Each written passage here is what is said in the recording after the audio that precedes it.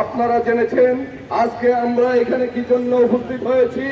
আপনারা জানেন গত 5ই আগস্ট সরকার পরিবর্তন হওয়ার পর এই দেশের ওলি আল্লাহর মাজার খানকা দরগার শরীফে নির্মমভাবে হামলা চালিয়ে বহু মাজার দরগা খানকা ইতিমধ্যে ভাঙচুর করে পুলিশ সাফ করে দিয়েছে।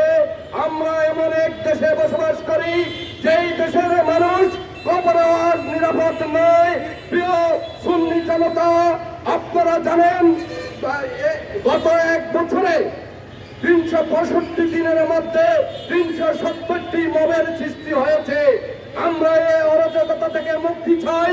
আমরা এই বাংলাদেশের আশা করি নাই 24-এর গণ আন্দোলনে আমরা আশা করেছি এই দেশ একটি শান্তি সমৃদ্ধির স্বপ্নের বাংলাদেশ হিসেবে প্রতিষ্ঠিত হবে, কিন্তু তা না হয়ে এক শ্রেণীর উগ্র সঙ্গীবাদী জনগণ এই দেশের সুন্নি অলিয়া প্রেমিক সঠিক ইসলামের দাবিদার সঠিক ইসলামের অনুসারীদেরকে নিঃশেষ করার পায়তারা শুরু করেছে। তারই ধারাবাহিকতায় আজকে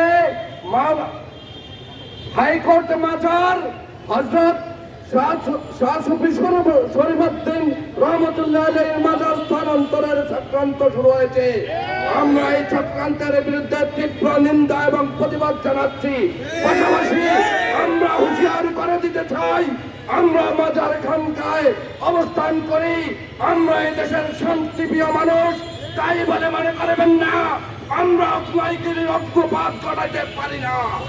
যদি এই ষড়যন্ত্র থেকে আপনারা পিছিয়ে না আসেন তাহলে বাংলাদেশের 80% সুন্নি সুফিবাদী জনতা আপনাদের এই অপতৎপরতার বিরুদ্ধে রুখে দাঁড়াবে।